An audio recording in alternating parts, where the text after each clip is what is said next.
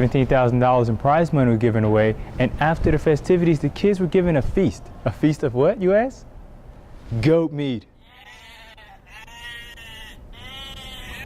Reporting for EMC News 3, I'm Kevin Mumphrey. Yeah, let's pack it up. Let's get out of here now. Let's go, let's go, let's go. Next up on our News 3 report, two of Rutherford County's finest face-off and a rivalry match that has playoff implications. Find out more when we come back. New year and a new team, but they're going for the same results, to bring home another state trophy. Coming up on EMC News, there's a show here at MTSU this weekend that involved these little fellas right here. And so it's given us some life lessons. Come back, we'll have more. The champ is here!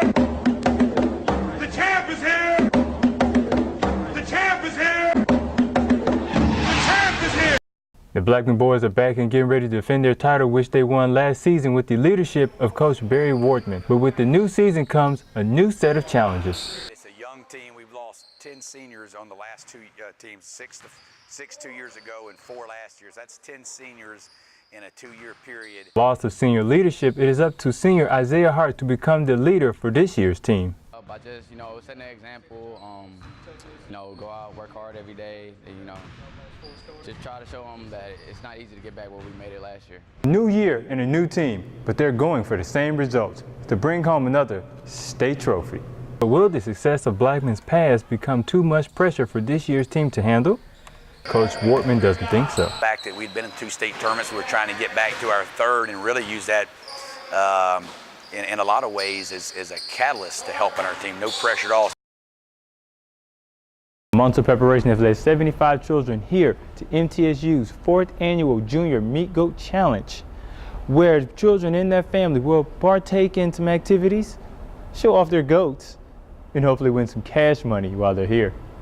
The event was held over the weekend where students from 4th to 12th grade from 20 different counties gathered at the Livestock Center at MTSU to show off their goats. Children who all competed in the challenge have one thing in common. They all have a love of goats. Really and truly, there's not a set of guidelines or anything that they follow. They're just lovers of goats and like to show their animals. These kids also shown great maturity by being responsible for taking care of the goats. And so they're responsible for feeding them, grooming them, clipping them, and the daily care. While everyone here can't leave here a winner, these kids still have the love of their 4-legged companions. They're fun to play with, and they can just be a friend to you. $17,000 in prize money was given away, and after the festivities, the kids were given a feast. A feast of what, you ask? Goat meat. Reporting for EMC News 3, I'm Kevin Mumphrey. Yeah, let's pack it up. Let's get out of here now. Let's go, let's go, let's go. Love of their 4-legged companions. They're fun to play with, and they can just be a friend to you. $17,000 in prize money was given away, and after the festivities, the kids were given a feast. A feast of what, you ask? Goat meat. Reporting for EMC. Our News 3 reporter Kevin Mumphrey joins us now with a look at sports. 4th-ranked Oakland went up against 6th-ranked Riverdale in the Battle of the Borough. Friday was a game of urgency for Oakland because with the win, it guarantees them first place in the district behind Blackman, Riverdale, and Smyrna. The game was close until late in the 4th quarter when Riverdale recovered an Oakland fumble with a little over 5 minutes remaining. But only 2 plays later, the defense would make a game-saving statement by recovering a fumble and running up 80 yards to push the score to 35-20. Oakland's next game will be at home versus Stewart's Creek on Friday. The devil has come back to Tennessee.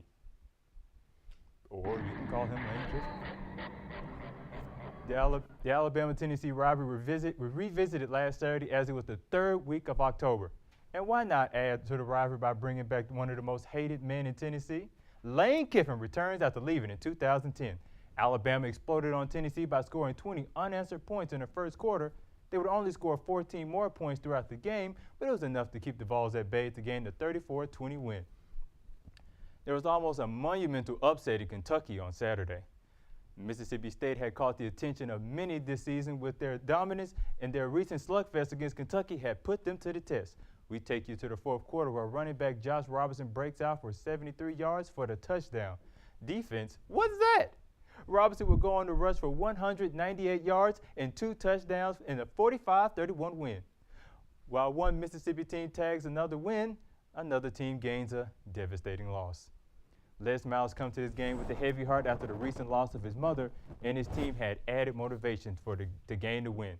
Ole Miss led the game mostly because of multiple LSU turnovers and a missed field goal, until LSU quarterback Anthony Jennings came through with a game-winning touchdown on a play-action fake on 2nd and goal. But all is not lost. Ole Miss can still win the SEC West by winning out the rest of the season. Bad news is they'll just have to beat out number 1 Mississippi State and number 5 Auburn. The Texans visited Tennessee to take on the Titans, whose season, well, this isn't going to be pretty. The Texans snapped a 3-game skid and beat the Titans for the 4th time in 5 games. Adrian Foster went through past the running 151 yards and 2 touchdowns. And J.J. Watt also made his presence felt by sacking rookie quarterback Zach Mettenberger and mocked him by taking a selfie to remind him the NFL is where the big boys play. Sunday proved to be a big day for Big Ben and the Steelers. The Steelers started off season rough, but they're looking to bring back life into their season with the win against Andrew Luck and the Colts. And Big Ben did just that, tearing into the Colts defense to gain a franchise record 522 yards and 6 touchdowns. Ben is also the first quarterback in NFL history to have 2 500 passing yards games. The Steelers went on to win the offensive matchup 51-34. That's all I have for you for sports. Back to you at